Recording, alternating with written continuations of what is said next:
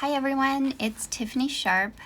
I just was working in this little journal, and before I got too far into it, I wanted to do a quick little flip through of this because I guess I don't really have a flip through of one of my Simply Sharpe journals is what I call these. And the reason why I call it, what makes a Simply Sharpe journal is, well, the size. So the page sizes, the actual inside pages are about 4.5 by about 6 inches. And then of course the journal itself is going to be a little bit bigger than that once it's closed. The cover size varies a little bit, but so that's the size. And then the inside number of pages and the variety of pages, it's 100 pages if you count front and back. Like this is 1, 2, 3, 4, and I started making journals like this with 100 pages because I found when I made it for the 100-day project, I just found that to be the best size, the most perfect number, and the size of book that I wanted to work in. So I just started making all my journals that way because I feel like with 100 pages you get a good variety of papers, and the papers are much like a junk journal, although they're not all, it's not all junk, it's not all things that I would throw away. Some of it I have sourced, some of it I have made, but you know, I mean, some of it is even under paper, which I guess you could consider that something that might normally get thrown out. But just old blueprints and pages out of books. This is actually typewritten, scrapbook pages, pages out of like actual diary type of journal type of books. This is an piece of under paper. Here's the other part over here. I love this one. That just kind of happened from painting on other things. Some graph grid paper of all different thicknesses. This one is really thin. And vintage music papers. I've worked on this already, but this is the back of a piece of vintage wallpaper. So, and there's some fabric in this one too. They don't count as 100. But anyway, so what I'm saying is that this is what qualifies as what I'm calling a Simply Sharpe journal. Oh, these almanac papers are so I love the feel of them. They're so smooth and delicate. You would think that they would rip pretty easily, and I guess they would, but I've worked in them just fine, and none of them have ripped too badly. But old, you know, like vintage maps and just all kinds of things. Packing paper. I try to get an assortment of textures and just a variety of different types of paper. Some are plain, some are not. Yep, and this, I love this file folder. These vintage file folders are from the 60s and 70s. They've been used and reused from an actual office. I have a source where I grabbed some of those before they got tossed out. So that literally is, you know, considered junk. They were getting thrown away, and I was like, no, let me have those. I have a, you know, something I want to do with them.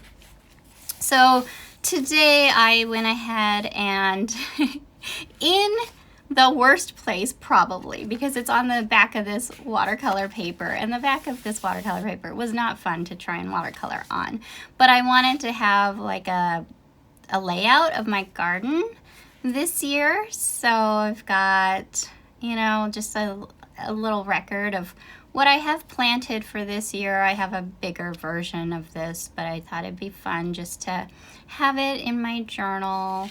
I used a piece of washi from Megan Quinlan's newest washi sets. I think it's, let me look. Oh yeah, it's these two. I love the dolls that she has on here. They're her paper dolls. I remember, I think this one is from a Fodder School project, from Fodder School 1.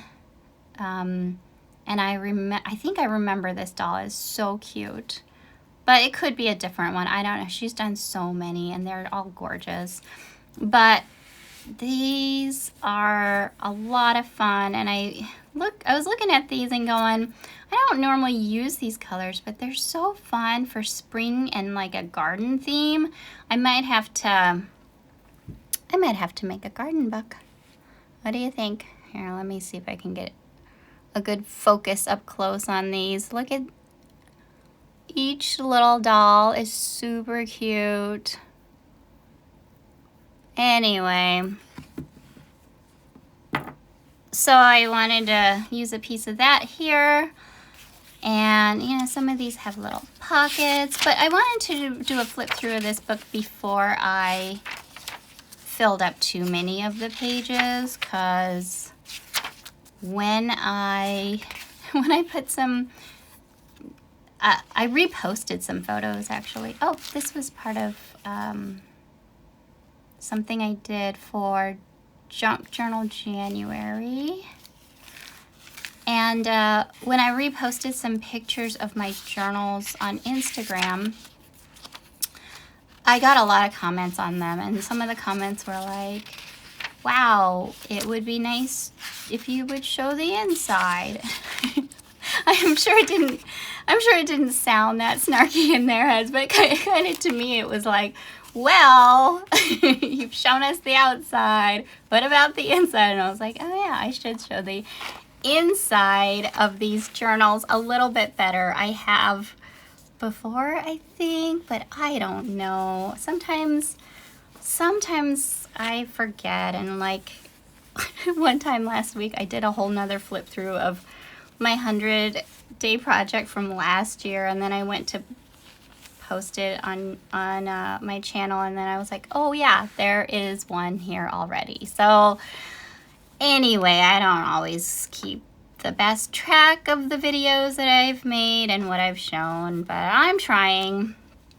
So that's what the inside looks like. This is what the outside looks like. This one is a little bit different because I used some Happy Mail that I got from a friend, and then this button is from the Fodder Challenge from 2022 Fodder Challenge with Jane Chip, and this is one of her images from her book that I downloaded and used for the button.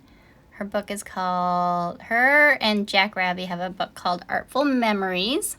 So I kept this journal because it was special to me because it had this piece of Happy Mail and this button. But the other ones that I've made are very similar. So in the photo I have a picture of like showing this part of the book, which is so fluffy and pretty, and now imagine like 8 of these books all stacked together. And yeah, anyway, so for those who were curious about what the inside of one of these books might look like, they're all of course a little different because they're all handmade, but when I make a set, the sets tend to be pretty similar. Like I said, I've worked in this book a little, so the books actually come without, like, you know, it would have come without this pocket. Actually, let me see what number this is. I do put numbers in my book, so maybe I didn't put one in this one. Oh yeah, number 44. So somewhere in that range. I think I made 8 of these that were similar. I added this, but all the other pages are very similar. And then my next set, who knows, like my next set might be a painted canvas cover again, or it might not. I actually have been really enjoying working with felt and sewing. So it could be that, or it's always something that I have been playing with and experimenting, and you know, then I'm like, I'm gonna make 8 of these or 10 of these. Usually it's like 6 to 8. I don't know that I've made 10, but anyway, that's the inside for those who wanted to know. All right. There we go.